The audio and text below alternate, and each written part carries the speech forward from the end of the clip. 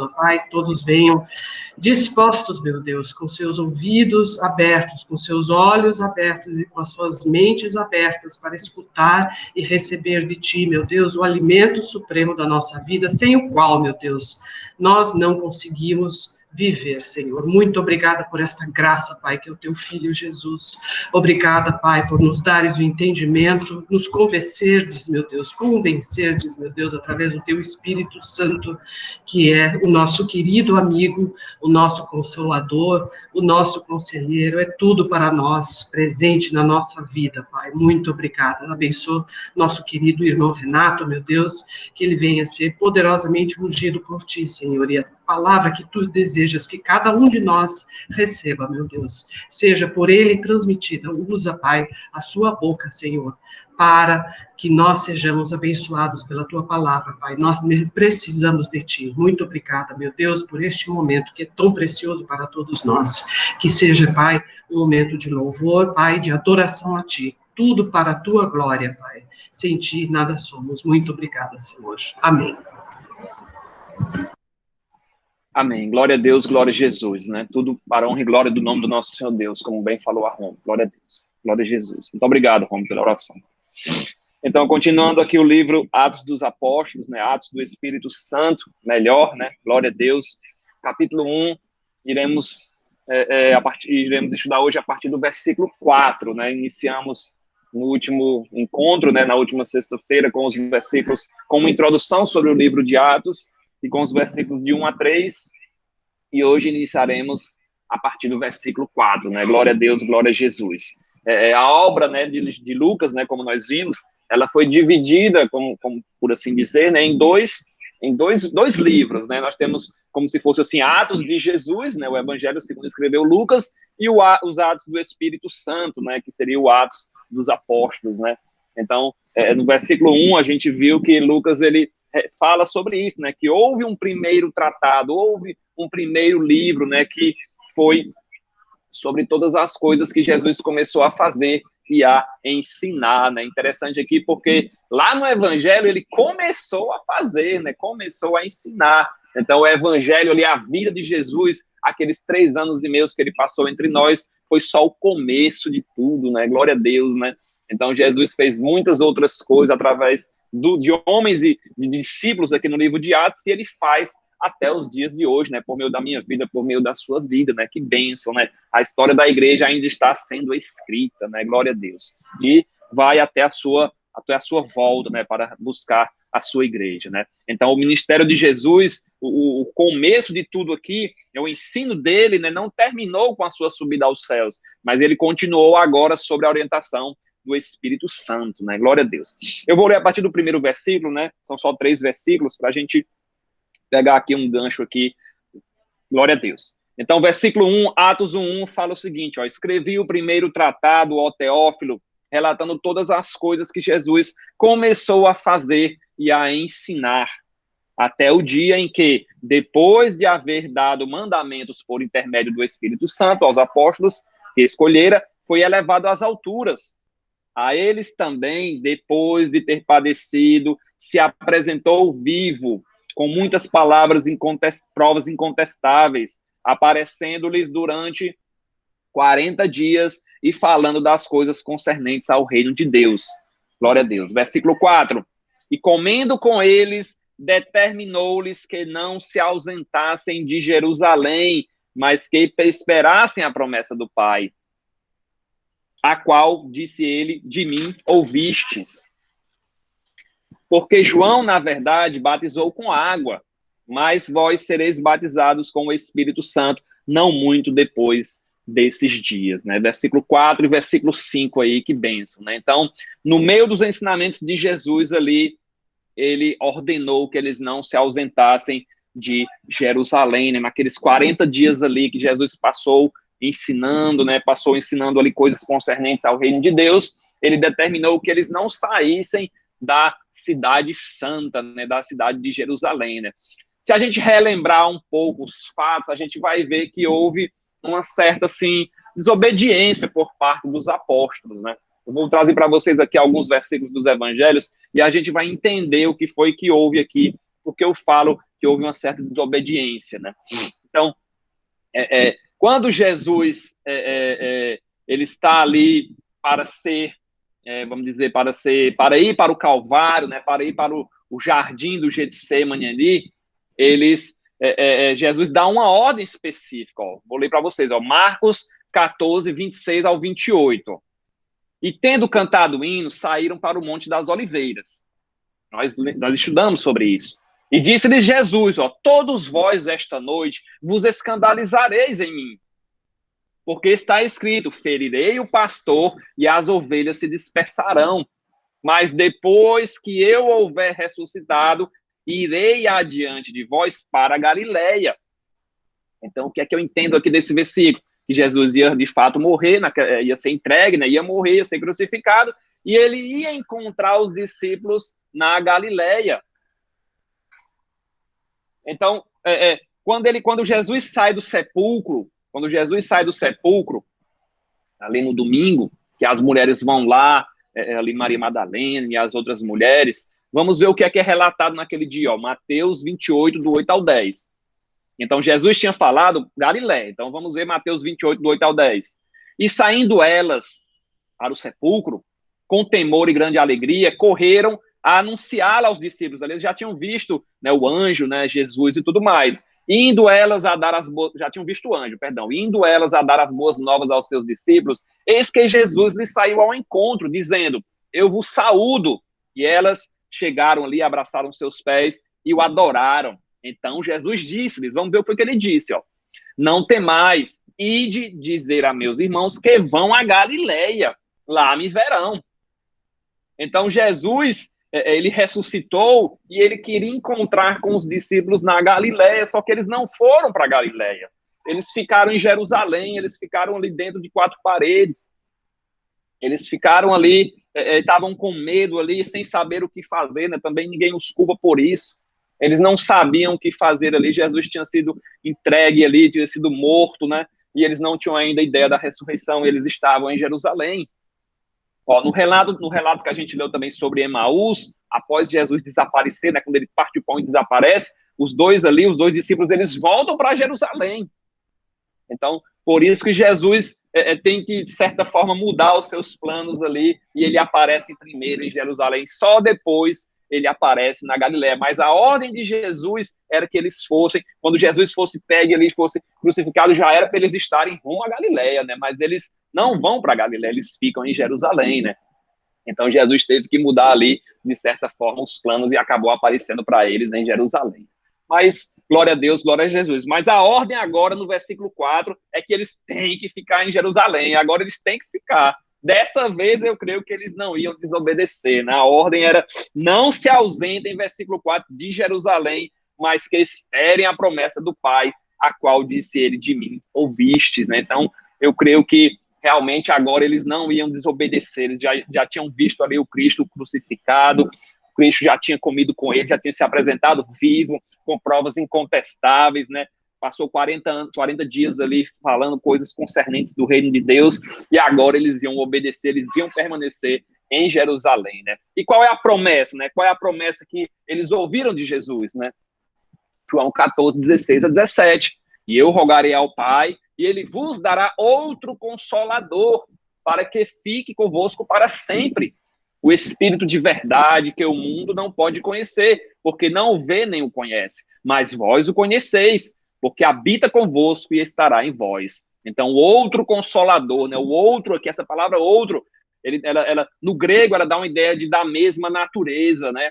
Nós temos o nosso Deus, ele é uma trindade, né? Deus Pai, Deus Filho e Deus Espírito Santo. Todos eles têm a mesma natureza, né? Eles estão juntos na criação, estão juntos em diversas partes da Bíblia. Ali a gente vê a criação agindo junta, né? Outro consolador quer dizer outro do mesmo nível, né? Da mesma natureza, né? Glória a Deus. Outro semelhante a Jesus, né?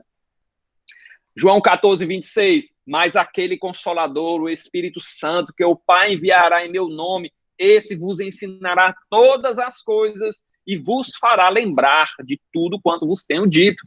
Então, o Espírito Santo daqueles homens e mulheres ali eram homens incultos, né? Eram homens pescadores, pessoas simples, pessoas que não tinham instrução ali, não eram pessoas cultas, mas o Espírito Santo ia ensinar, ia fazer ele lembrar de tudo que Jesus tinha ensinado, né? 3 anos e meio ali de ministério, o Espírito Santo ia lembrar os apóstolos, né? Lembrar os discípulos, né? Glória a Deus. Então, a Trindade, né? A Trindade, e a Trindade, ela é uma das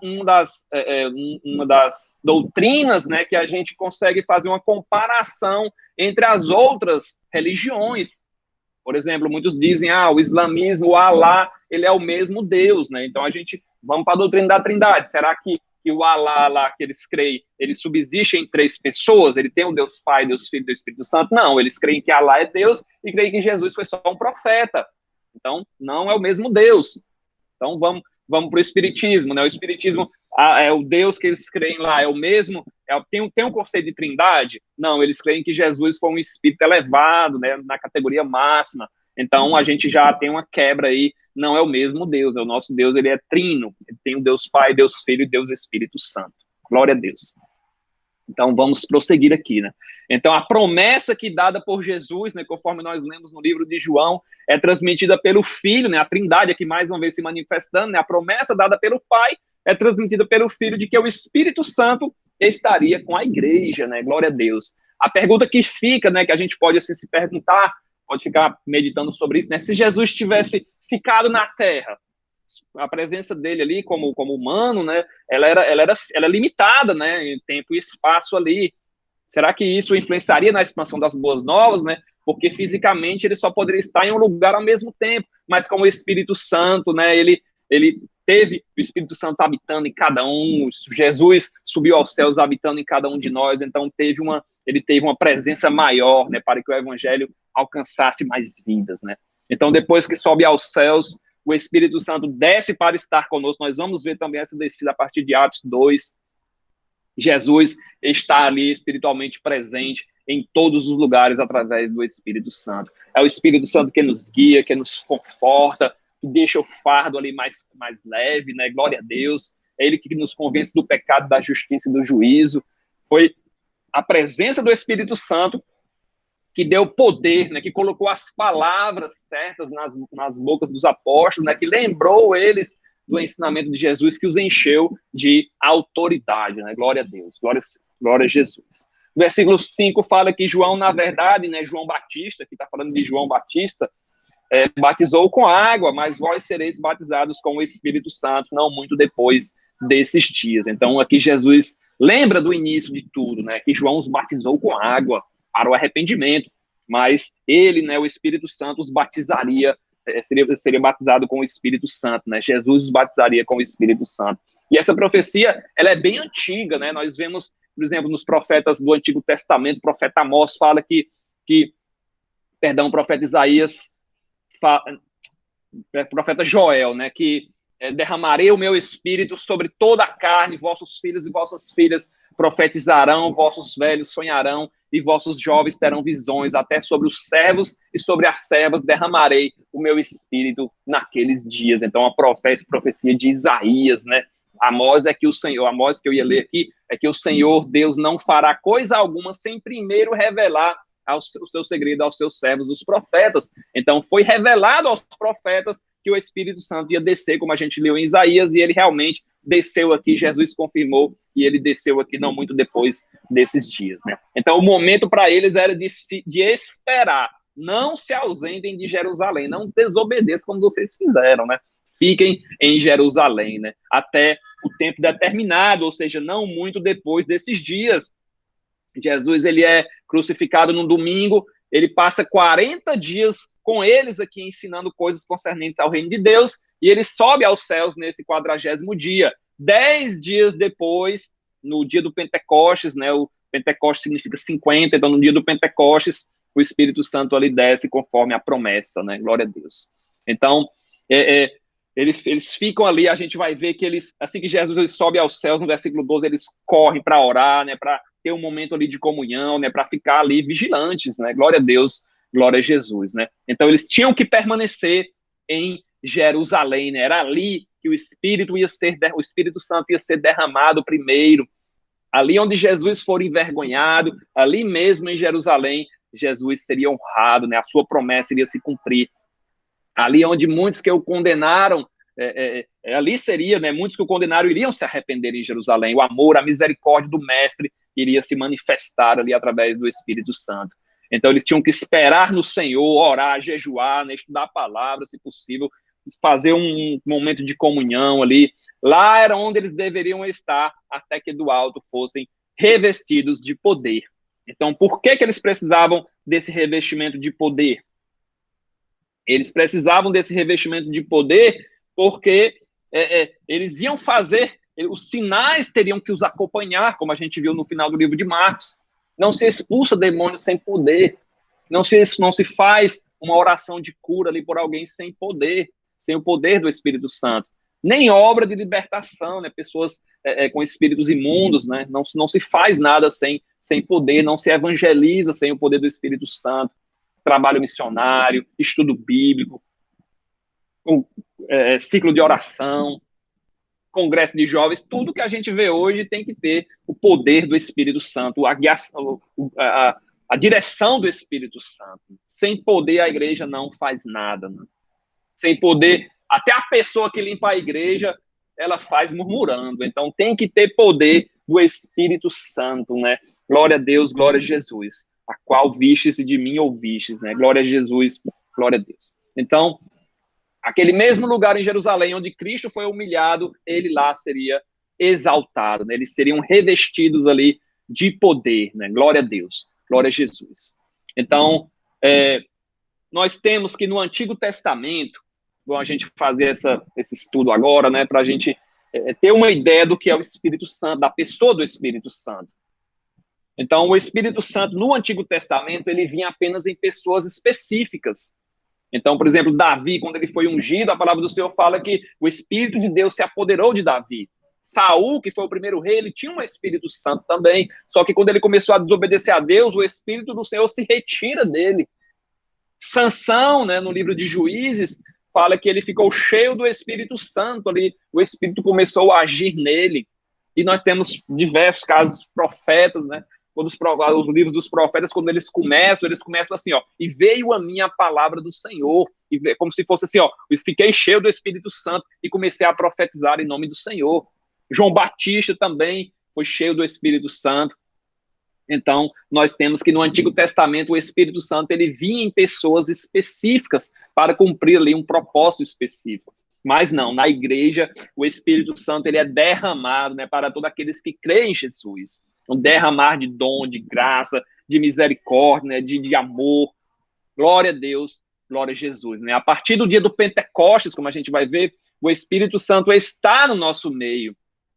Essa vinda definitiva para habitar na igreja nos capacita de poder para testemunhar do Evangelho. Né? A retirada da igreja se iniciou, né, com a era da igreja e ele vai finalizar, né, esse mover do Espírito Santo com a retirada da igreja da terra, né? Quando a igreja iniciou na era da igreja e quando a igreja for retirada, o Espírito Santo vai ser retirado também, né? Então, até que de fato, né, seja retirado ali, quando o iníquo for revelado, né, o anticristo for revelado, o que o detém vai ser retirado e o Espírito Santo vai voltar a agir em pessoas específicas, né, para fazer o trabalho de evangelização. Glória a Deus.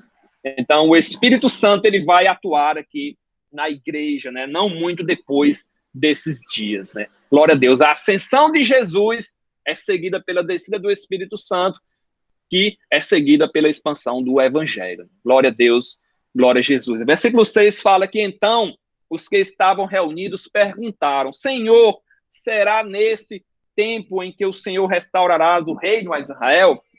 Respondeu-lhe Jesus: não vos compete conhecer os tempos ou as épocas que o Pai reservou pela sua exclusiva autoridade, mas recebereis poder ao descer sobre vós o Espírito Santo, e sereis minhas testemunhas, tanto em Jerusalém, como em toda a Judéia e Samaria, e até os confins da terra. Ditas essas palavras, foi Jesus elevado às alturas, à vista deles, e uma nuvem o encobriu dos seus olhos. E estando eles com os olhos fitos no céu, enquanto Jesus subia, eis que 2 varões vestidos de branco se puseram ao lado deles. E lhes disseram, varões galileus, por que estáis olhando para as alturas? Esse mesmo Jesus que dentre vós foi assunto ao céu, virá do modo como viste subir. Glória a Deus, glória a Jesus. Então, nós vemos aqui no versículo 6, né, que bênção, né, são esses versículos, né, a nossa alma, nosso espírito se alegra aqui, né, que a gente sabe que Jesus, ele vai voltar, né, glória a Deus, glória a Jesus, né. Então, no versículo 6, nós vemos aqui que os discípulos, eles ainda nutriam uma expectativa de que o reino de Deus se limitasse a um governo físico, né, a um reino terreno, a um reino político ali, que a nação de Israel ainda fosse uma nação crescer ali de forma política, né, de forma terrena. Há muito tempo que Israel havia perdido a sua independência política e sempre esteve aí sob domínio, já tinha mais de 500 anos que eles estavam sob domínio de algum povo estrangeiro, né? Primeiro foram os assírios, depois a Babilônia, depois os persas, depois o Império Grego e agora os romanos. Então, os tempos áureos, né, os tempos em que Israel era uma nação independente, estavam longe, né? Muitos deles aqui, claro, nunca nem sonhavam com isso, né? Então, a esperança deles era que com a chegada do Messias, Israel iria assumir ali novamente uma posição de destaque ali entre os impérios do mundo, né? E durante o ministério de Jesus, a gente viu que eles sempre questionavam Jesus aí sobre essa questão do reino de Deus, do reino que achavam que era terreno. Então, tem uma hora que eles perguntam, Senhor, quando o teu reino se manifestar, permite que eu me assente à tua direita e o meu irmão aqui à tua esquerda. Né? Vez ou outra, eles questionavam Jesus sobre isso, né? Queriam saber que papel eles teriam no reino, quando seria esse reino, mas a visão deles era a visão de todo judeu da época, né? A visão de todos eles era essa, de que o Messias viria como um líder terreno, né? Um grande líder militar, que livraria Israel ali do domínio de Roma, e Israel seria uma grande nação. Então, os judeus, eles sofriam, né? Os impostos eram pesados ali, os governadores romanos impunham grandes impostos ali sobre Israel, né, sobre os judeus, e eles queriam que Jesus, né, o Messias, libertasse Israel desse domínio, se tornasse ali um rei. O reino de Israel, então, seria restaurado ali dos tempos de Davi, tempos de Salomão, tempos do rei Asa, do rei Josafá. Eles não entendiam, então tinham entendido, né, até esse momento aqui, que o reino que Jesus falava era um reino espiritual, estabelecido no coração e na vida de cada um que crê, né? Glória a Deus. É como se Jesus dissesse uma coisa do reino de Deus, eles escutavam e entendiam outra coisa totalmente diferente, né? Eles pensavam que o reino era terreno em vez de espiritual, mas o reino de Deus não existe um território, não existe um mapa ali, um mapa geopolítico. O reino de Deus é estabelecido em cada coração, né? Vai existir um reino, né? Jesus vai reinar, mas isso é só depois, né? No milênio. E esse reino que Jesus explicou tão bem para eles, né, que até então eles não tinham entendido, ele até deu aquele exemplo do um grão de mostarda, né, que não tem uma aparência visível, mas vai ampliando os horizontes, né, a cada pessoa que se rende aos pés do Senhor, e o reino vai crescendo, né. Por exemplo, em Lucas fica tão claro aqui que eu não sei como é que eles não entenderam até esse momento. Ó, Lucas 17:20 fala assim, ó, os fariseus interrogam sobre quando havia de vir o reino de Deus. Jesus responde, ó, o reino de Deus não vem com aparência exterior, nem dirão ele aqui, ele ali, pois eis que o reino de Deus está entre vós. Então, já estava nele ali com Jesus Cristo, né, mas eles não entendiam isso, né? Glória a Deus. E no versículo 7 aqui nós temos que a resposta que Jesus dá para eles, né? Eu creio que Jesus tenha dado diversos ensinamentos aqui para eles, né, sobre o reino de Deus, mas coube a Lucas aqui, o autor do livro de Atos, que ele deixou registrado apenas essa pergunta aqui sobre o reino, a restauração do reino de Israel, né? Podia ter deixado outras perguntas aqui para a gente, né? Mas ficou registrada apenas essa pergunta de qual o tempo em que o Senhor restaurará o reino a Israel. Então, é como se essa pergunta deles, ó, tão triste, né? Porque é como se fosse unânime esse pensamento deles, ó.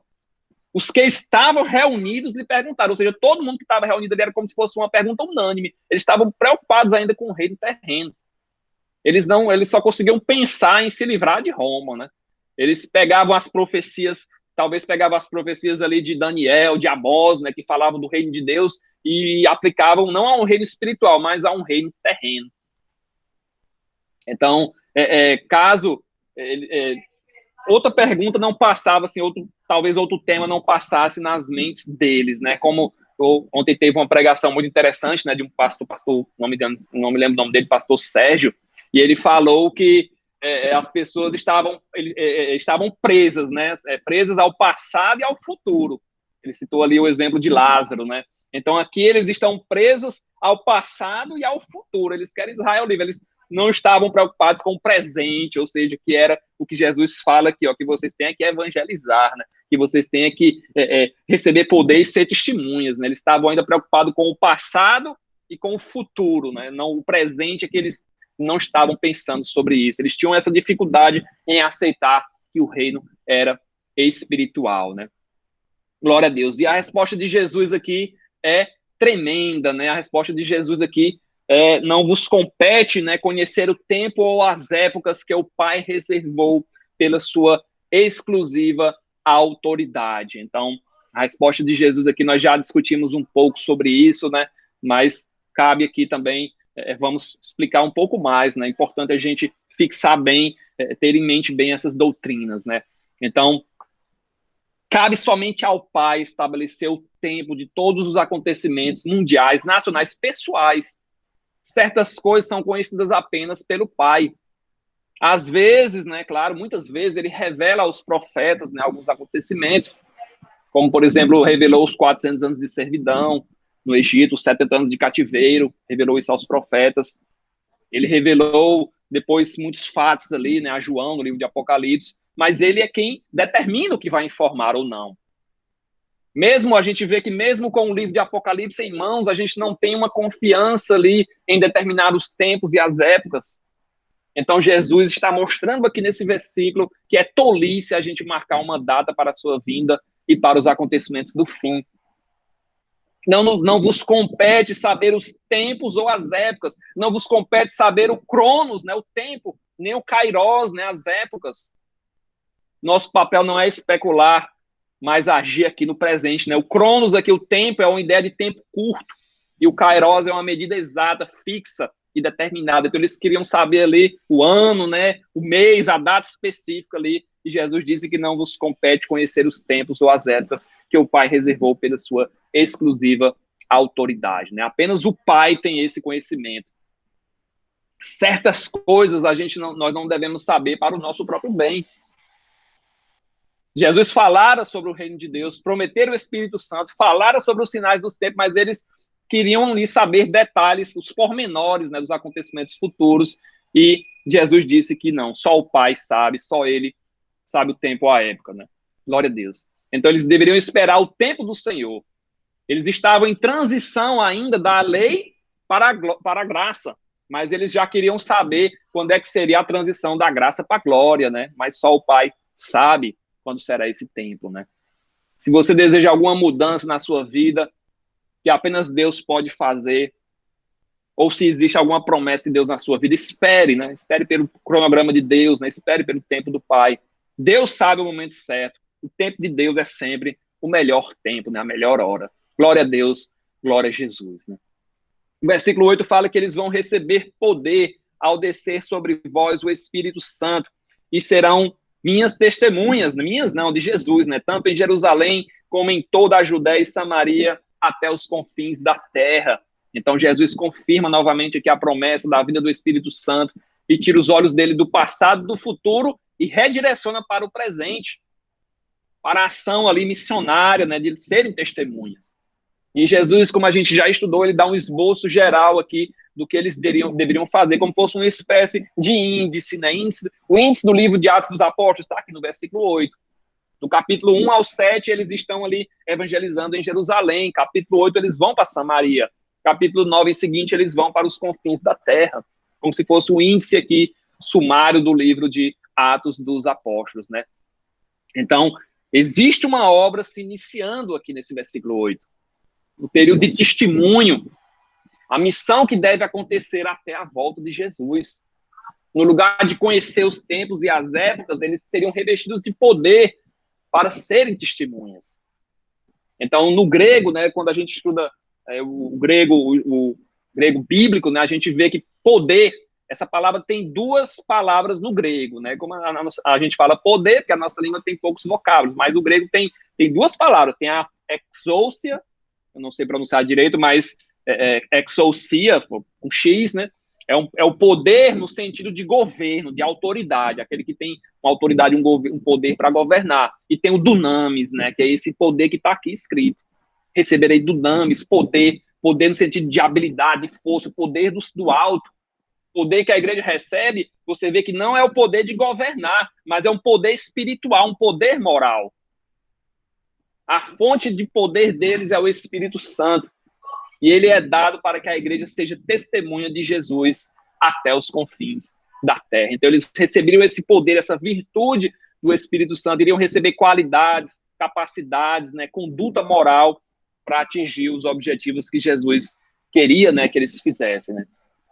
Então, a gente vai ver que eles vão ser revestidos de poder, vão receber dons espirituais. Temos também o fruto do Espírito Santo, né, que Paulo muito bem explica ali na carta aos Gálatas, né, fala de o fruto é amor, alegria, paz, longanimidade, benignidade, bondade, fidelidade, domínio próprio, mansidão. São frutos do Espírito Santo ali, que o Espírito Santo também os capacitou, né, os transformou ali de certa forma, necessário para a obra do Senhor, né, para essa grande obra aqui que Jesus os havia comissionado, né?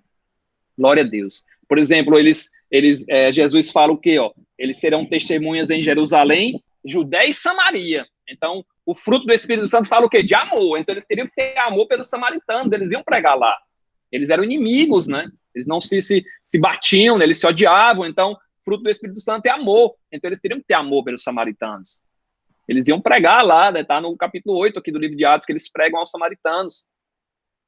Então, uma capacitação aqui maravilhosa para uma tarefa maravilhosa que era ser testemunha de Jesus, né? Glória a Deus. E outro dado interessante aqui é a palavra testemunha, né? A palavra testemunha, quando a gente olha no grego, ela tem a mesma, a palavra marte. Então, de sorte que você ser testemunha de Jesus implica na disposição de relatar o que você viu e ouviu, e até ao ponto de morrer por isso, sacrificar a sua própria vida. Se você olhar a palavra no grego aqui, testemunha é mártir, com U, só que com U, né? Mas é a mesma origem da palavra mártir, martírio. Então, eles tinham que ser testemunhas, falar o que viram e ouviram, até o ponto de darem a vida por isso. Glória a Deus. Eles não tinham força própria, mas o Senhor ia os capacitar, né? O Espírito Santo, como nós vimos, ele ia ensinar todas as coisas, iam fazer eles lembrar de tudo quanto ele tinha dito, né? Glória a Deus, glória a Jesus. Então, nós vimos aqui, né, Jerusalém, a cidade que eles estavam, depois eles iriam para a Judéia, que era a região, depois para Samaria, que era a região vizinha, o estado vizinho, e depois a terra era o limite, né? Glória a Deus. Uma ordem aqui que eles não negligenciaram, né? Eles foram bem, seguiram à risca aqui essa ordem, né? A gente vê que o livro de Atos, ele se comporta tal como essa ordem aqui de Jesus, né? Glória a Deus, glória a Jesus. Então, o versículo 9 fala que, ditas essas palavras, Jesus foi elevado às alturas, né? Com eles, à vista deles, e uma nuvem os encobriu, e uma nuvem o encobriu dos seus olhos. Então, é o relato aqui da ascensão de Jesus aos céus para estar à direita do Pai, né? Até a sua ascensão já tinha sido avisada aos apóstolos, né? João 6,60 fala que muito, pois, dos seus discípulos ouvindo isso, disseram, duro é este discurso, quem o pode ouvir? Sabendo, pois, Jesus em si mesmo que os seus discípulos murmuravam disto, disse-lhes, isso escandaliza-vos? Que seria, pois, se visseis subir o Filho do Homem para onde primeiro estava? Então, Jesus profetizou que ele ia subir aos céus e que eles iriam ver. O Senhor sabe tudo, né? O Senhor é onisciente, onipotente e onipresente, né? Aleluia. Então, ver a ascensão de Jesus aqui era mais uma prova de que ele era Deus, né? Aqueles homens não podiam, né, ter mais nenhuma dúvida aqui sobre quem era Jesus, né? Presenciaram milagres, curas, pessoas foram libertas de espíritos imundos, Jesus os enviou de dois em dois ali, eles fizeram milagres em nome de Jesus, presenciaram mortes, né, presenciaram ressurreições, própria morte e ressurreição de Cristo, e agora ele estava ali subindo aos céus na presença deles. Não tinham mais dúvida de quem era Jesus. Se tivesse, é porque tinha alguma, aí já não era problema de crença, era problema mental mesmo, de processamento aí no cérebro aí, porque não tinha como eles negarem os fatos, né? Glória a Deus. Então, ele não foi transportado, né, como Elias aqui, ele vai subindo devagarinho, né, glória a Deus, ele de uma forma pública, de uma forma visível, né, de uma forma gloriosa. A sua obra já estava consumada, seu sacrifício foi aceito, a vontade do Pai foi cumprida, a redenção foi realizada, o Filho está de volta à mesma glória que sempre teve junto ao Pai, né, glória a Deus, glória a Jesus, né. Filipenses 2, do 5 ao 11. Tende em vós o mesmo sentimento que houve também em Cristo Jesus, pois ele, subsistindo em forma de Deus, não julgou por usurpação ser igual a Deus, né? Jesus podia ter feito aqui tudo no estalar de dedos, né? Mas ele não teve por usurpação ser igual a Deus. Antes, a si mesmo se esvaziou, assumindo a forma de servo, tornando-se semelhante aos homens, e reconhecido em figura humana, a si mesmo se humilhou, tornando-se obediente até a morte, morte de cruz. Pelo que também Deus o exaltou sobremaneira, e lhe deu um nome acima de todo nome, para que ao nome de Jesus se dobre todo o joelho nos céus, na terra e debaixo do mar, e debaixo da terra, e toda língua confesse que Jesus Cristo é o Senhor, para a glória de Deus Pai. Então você vê aí que Jesus era Deus, mas ele não teve por usurpação ser igual a Deus, ele se esvaziou, ele veio aqui em forma de servo, humilde, ele viveu o mesmo que nós, mas sem pecado, e Deus o exaltou sobremaneira, para que todos confessem que Jesus Cristo é o Senhor. Glória a Deus, glória a Jesus, né? Que bênção, né? Glória a Deus. Esse Paulo, ele sabia das coisas, né? Glória a Deus. Então uma nuvem o recebeu, uma nuvem ali, como aquela da transfiguração, né? Que eles ficaram ali, uma nuvem gloriosa os cobriu ali, e uma voz saiu ali, ele chama o filho amado, né, em quem me compraz, né, glória a Deus, uma nuvem ali envolveu Jesus e ele subiu, né, encobriu aos olhos dos que estavam ali presentes. E agora Jesus está lá, né, intercedendo por nós, pela sua igreja, na direita do Pai, né, conduzindo ali os destinos da história, aguardando o dia em que o Pai dará ordem e ele o enviará para ele buscar a sua igreja e estabelecer o seu reino terreno ali realmente com Jesus reinando, né? Glória a Deus. Então, versículo 10 fala que eles, com os olhos ainda olhando, né, os olhos fitos no céu, enquanto Jesus subia, eis que dois varões ali, dois anjos, né, vestidos de branco, se puseram ao lado deles e disseram: varões galileus, por que estáis olhando para as alturas? Este Jesus que dentre vós foi assunto ao céu, virá do modo como vistes subir, né? Então, os olhos dele ainda olhando ali, fitos no céu, esperançosos ou então tristes, né? Com a partida do Senhor. E nós temos aqui a promessa da sua segunda vida aqui renovada, né? Pelos dois anjos ali, de que Jesus irá voltar, né? Glória a Deus. Tessalonicenses, Paulo fala sobre isso, né? Que o mesmo Senhor descerá do céu com alarido, né? Com a voz de arcanjo e com a trombeta de Deus, e os que morreram em Cristo irão ressuscitar. Depois nós, os que ficarmos vivos, seremos arrebatados juntamente com eles nas nuvens e estaremos para sempre com o Senhor, né? Glória a Deus, glória a Jesus. Então, quantos ensinamentos tremendos aqui no livro de Atos, né? Livro de Atos dos Apóstolos. Então, assim como para o céu eles o viram ir, ele voltaria, né? Ele virá ali entre as nuvens também com poder e glória, né? Tanto na sua ida quanto na sua vinda vai ser, todos irão ver, né? Todo mundo aqui, quando ele voltar com os seus santos, todos irão ver de forma visível, né? Então precisamos vigiar e esperar a volta do Senhor, né? Glória a Deus, glória a Jesus. E no versículo 12, né, eu gostaria de ir até o 14, né, para a gente terminar esse primeiro bloco aqui do livro de Atos. Então, eles voltaram correndo ali para Jerusalém, né? Não tem com a palavra correndo, mas foi uma ênfase aqui. Então voltaram para Jerusalém, do monte chamado Olival, Monte das Oliveiras, que dista daquela cidade tanto como a jornada de um sábado. Quando ali entraram, subiram para o cenáculo, onde se reuniram Pedro, João, Tiago, André, Filipe, Tomé, Bartolomeu, Mateus, Tiago, filho de Alfeu, Tiago menor, Simão Zelote e Judas, filho de Tiago. Todos estes perseveraram unânimes em oração com as mulheres, com Maria, mãe de Jesus, e com os irmãos dele. Então, após Jesus dizer aqui que eles seriam revestidos de poder, não muito depois daqueles dias, que eles tinham que ser testemunhas, eles voltam ali, eu creio que correndo para Jerusalém, para entrar em oração, entrar em comunhão, entrar em vigília ali, para esperar esse poder, né, esse revestimento do Espírito Santo, né? Então, após tudo que passaram, não poderiam continuar errando, né? Jesus não estava mais entre eles fisicamente, eles tinham agora que cumprir o que Jesus tinha determinado antes de subir. Era necessário seguir os últimos ensinamentos de Jesus, né? Ficar em Jerusalém, não se ausentar de Jerusalém, porque eles iam receber algo ali tremendo, né? Um espírito ali, o Espírito Santo, eles não compreendiam ainda o que eram, mas iria descer sobre eles, né?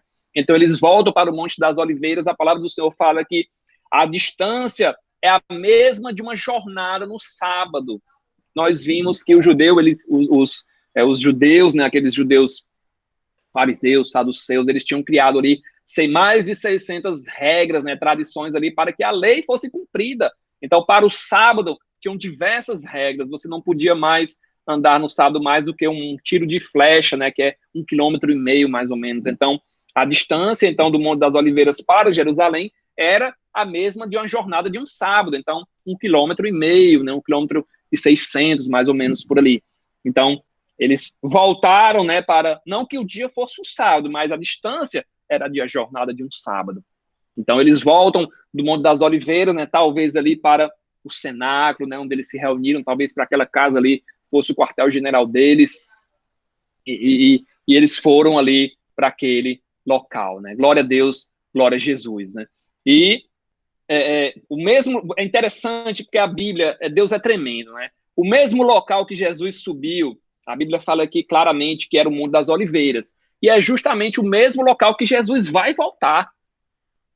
E foi profetizado isso pelo profeta Zacarias 14:4, ó. E naqueles dias estarão seus pés sobre o Monte das Oliveiras, que está de frente de Jerusalém, para o Oriente. O Monte das Oliveiras será fendido ao meio. Quando Jesus descer e colocar seus pés, o monte será fendido ao meio, e haverá um vale muito grande, né? Então, o mesmo monte que Jesus subiu é o mesmo monte que ele vai descer, né? Por isso que muitas pessoas, né, muitos crentes em Jesus, compram um túmulo ali na encosta do Monte das Oliveiras, né? Quando você ver fotos de Israel, você vê diversos túmulos ali, porque as pessoas compram um túmulo ali e querem ficar ali para quando Jesus voltar, eles serem os primeiros ali. Não sei qual o pensamento aí por trás disso, mas é mais ou menos esse, né? Que eles querem ser os primeiros ali a ressuscitar e compram túmulos ali no Monte das Oliveiras, né?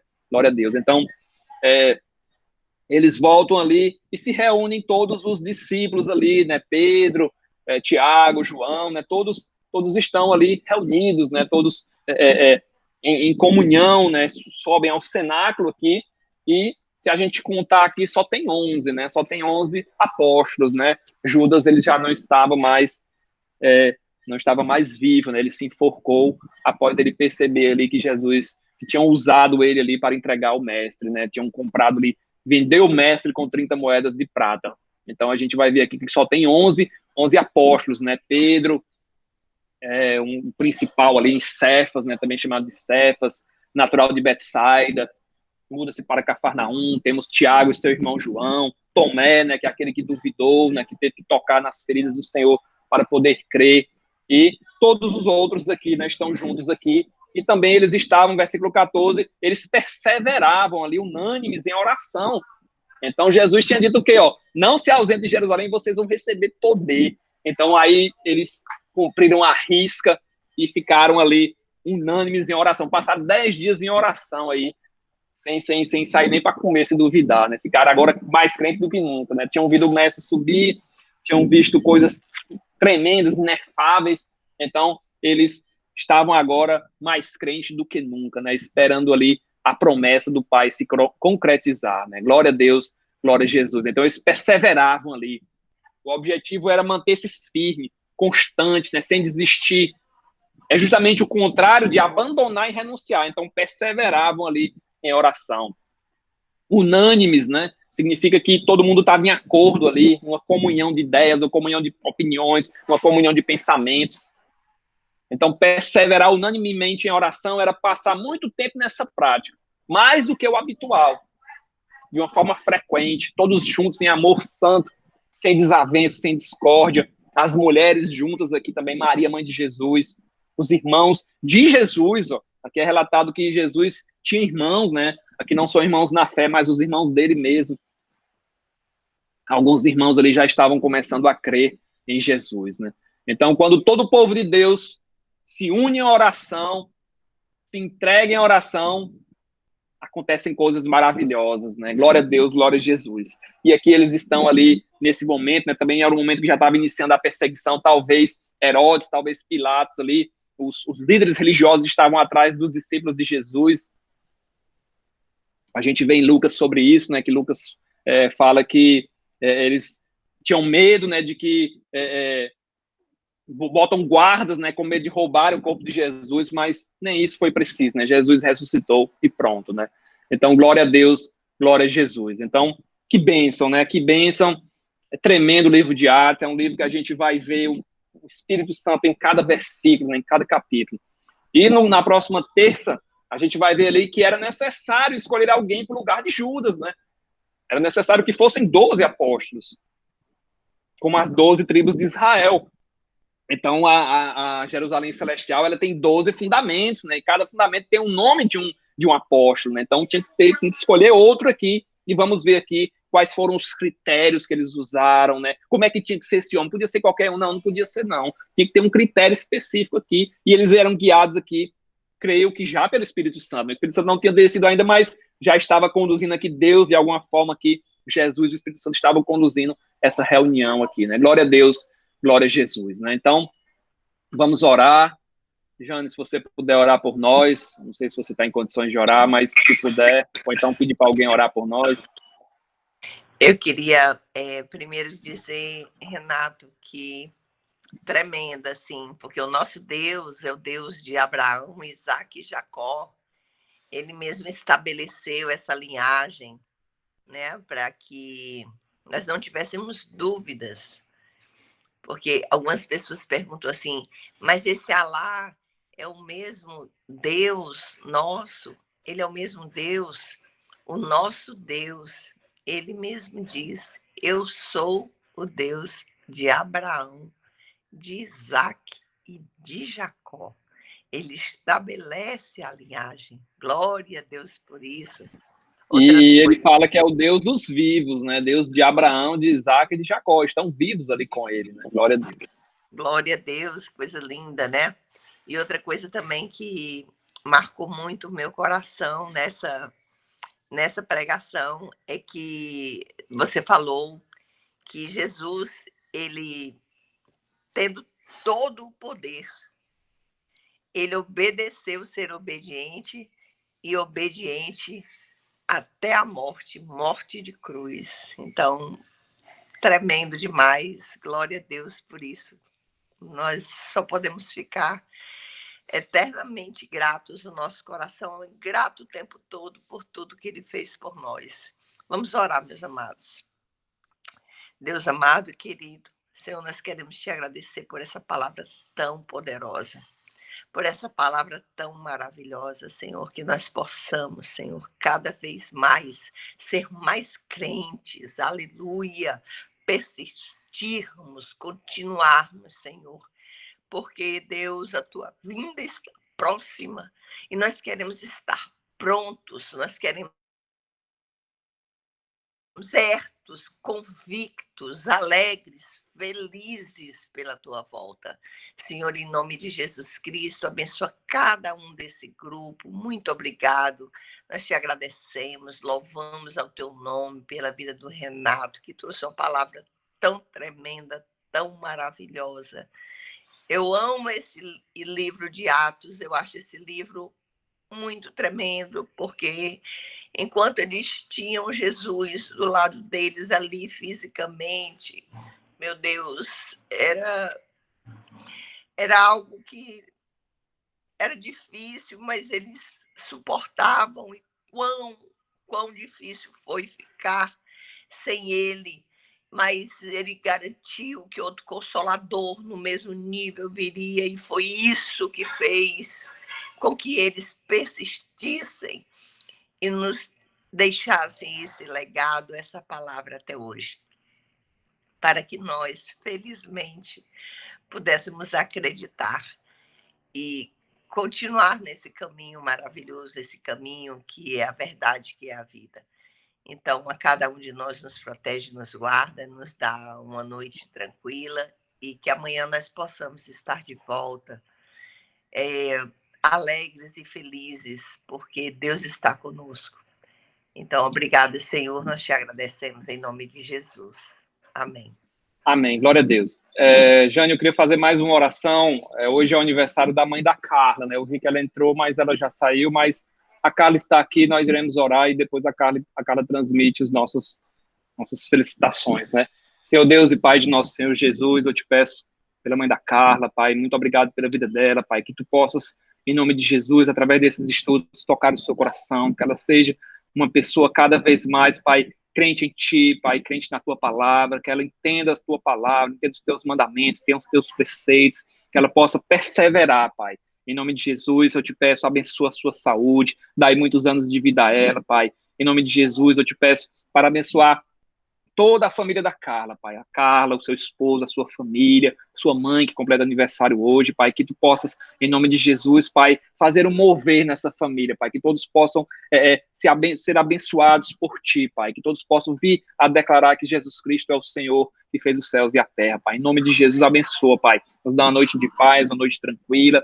Eu te peço, Pai, que nós possamos ter o restante de domingo abençoado e uma semana abençoada para a honra e glória do teu santo nome. Em nome de Jesus é que nós oramos e pela fé, Senhor, nós já te agradecemos. Amém. Glória a Deus, glória a Jesus, né? Que Deus abençoe a todos e até amanhã. Amém. Glória a Deus. Glória a Deus. Grande abraço a todos. Paz do Senhor Jesus. Paz do Paz. Senhor Jesus. A paz do Senhor a Senhor, todos. Carlinha. Paz, Fernandinha. Paz.